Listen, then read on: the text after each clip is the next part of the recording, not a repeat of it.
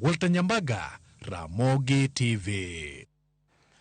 Jodak e kaunti ma Kisumu koro yuago medruok mar rochruok mar arita kwe e kaunti no kaluwore kod monj masani jonjore monjo godo oganda e kuonde dak makono.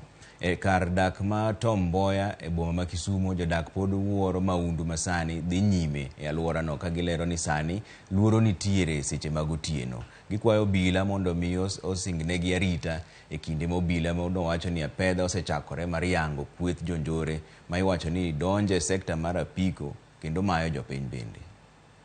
Osetieko mana ndalo auchiel. Jogo nogo jauda mobaro wiye ma en ng'ama helpless ma gimo nyalo timo onge. En odiochieng' pile pile. Mama moro Kisian but Kemrika nyocha. Mama ni otong' onego godiochieng' en mama madayo. Mama ni onego odiochieng' sa beach. Nyaka kawuono onge ng'ama osemaki. Ok en gima ber ka sa achiel ok nyal yudi oko ni ko yudi oko tin mana ng'ama itong'o go panga kata igoyi gi kidi. Ok en gima ber. Wakwayo mana kwe kende. Kamwa wuoye kani is the hotspot. Ma en ndara ma link town gi joma dhi Obunga. Gikalo kanyo tiwinjo mana ni uwi kudhi go ng'iyo to jo pikipiki adek oting'ore en mana ng'wech mok inyal kata na yudogi. Ok wawinjo kwa mor kendo ok ber kabisa wan kaka jobodaboda maka nikech nying jobodaboda kethore. Neno ni basis mag pikipiki gi.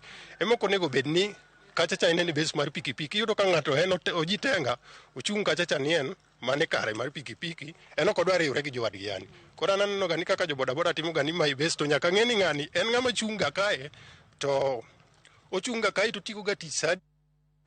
Piny owacho